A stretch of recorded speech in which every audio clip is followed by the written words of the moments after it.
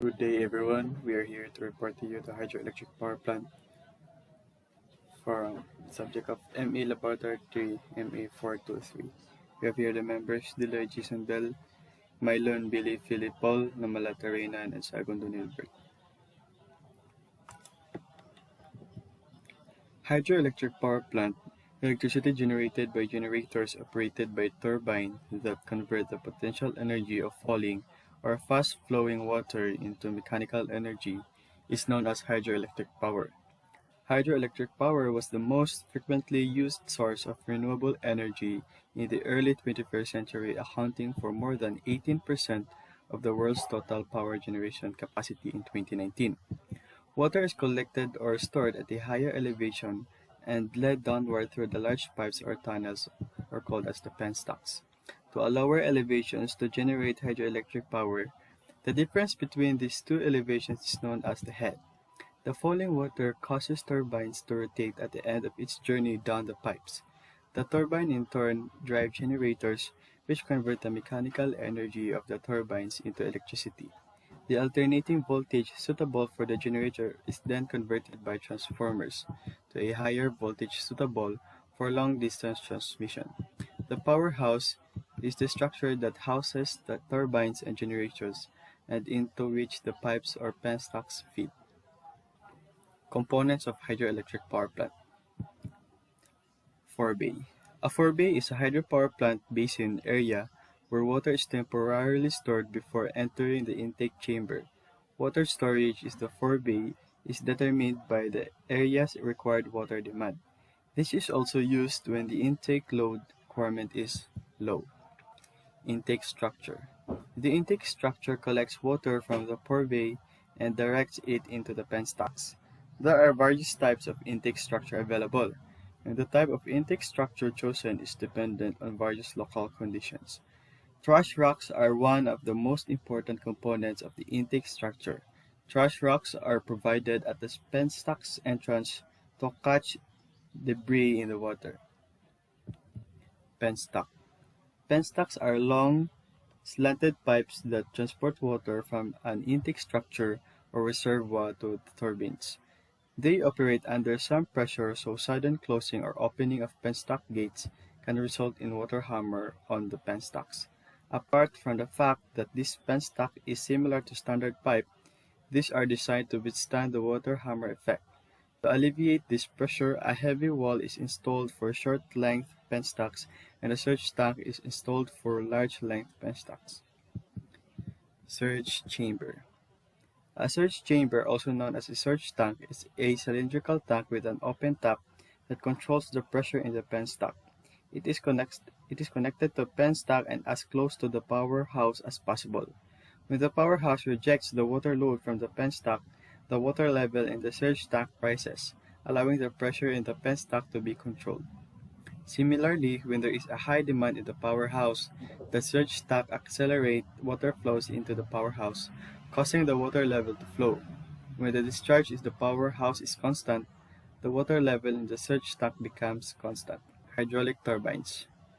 A hydraulic turbine is a device that converts hydraulic energy into mechanical energy, which is then converted into electrical energy by connecting the turbine's shaft to the generator.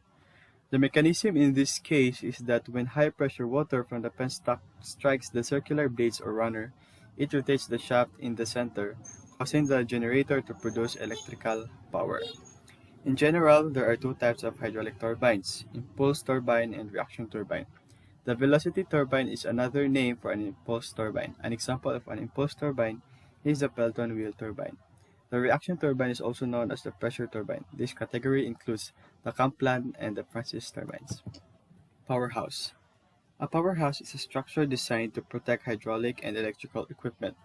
The foundation or substructure laid for the powerhouse generally supports the entire equipment.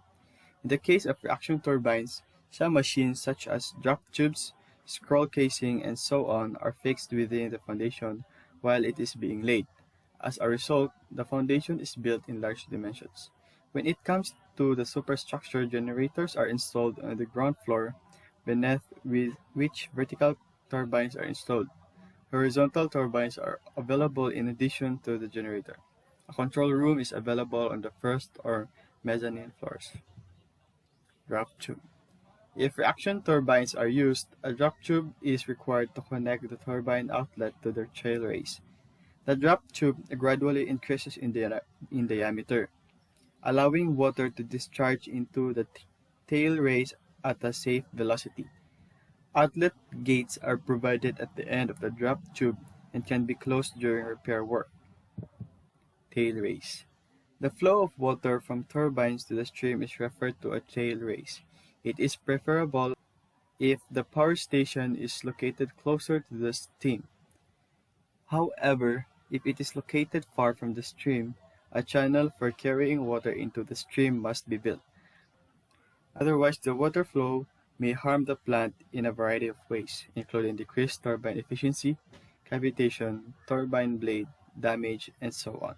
This is due to silting or scarring caused by an excessive flow of water from the power plant. As a result, proper tail race design should be prioritized. Methodology.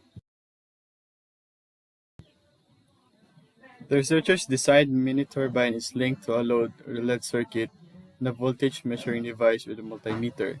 To see if the setup can generate energy, the turbine was spun and then the LED circuit and multimeter were monitored to see if there is visible evidence of energy creation through LED lighting up and multimeter readings. If there is an indication of energy production, testing can begin.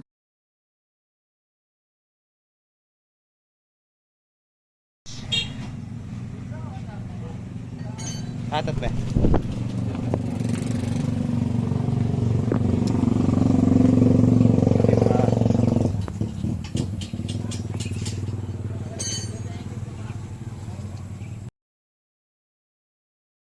The researchers measured volume flow rate of the pump by running it for 10 seconds and measuring the water gathered. The formula is volume flow rate is equals to volume over time is then applied, and the nozzle is positioned 14 centimeters perpendicular to the turbine bucket.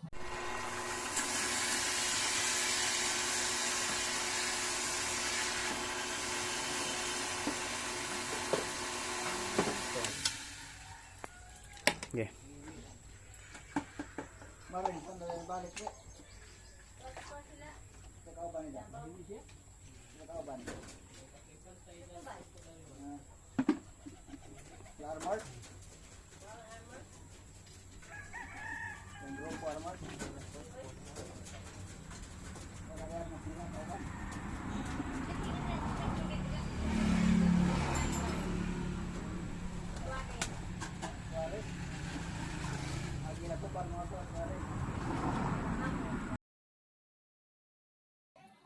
The pump was activated and the multimeter reading was recorded. The test is repeated 4 times. The outcomes are then tabulated. What's that? 14. Sige, tot.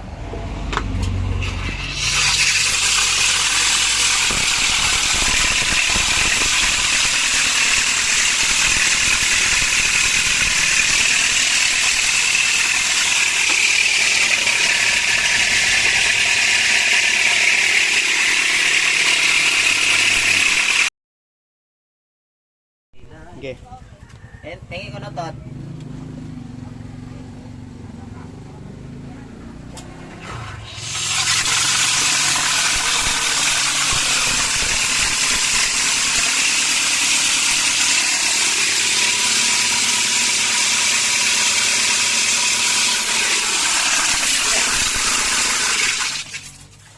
Naglog. Dukol lang mag 2.1 o 2.8.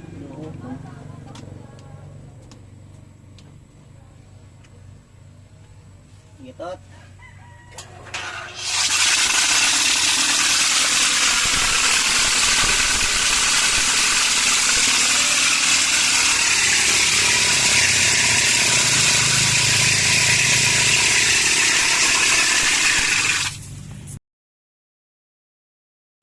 Okay.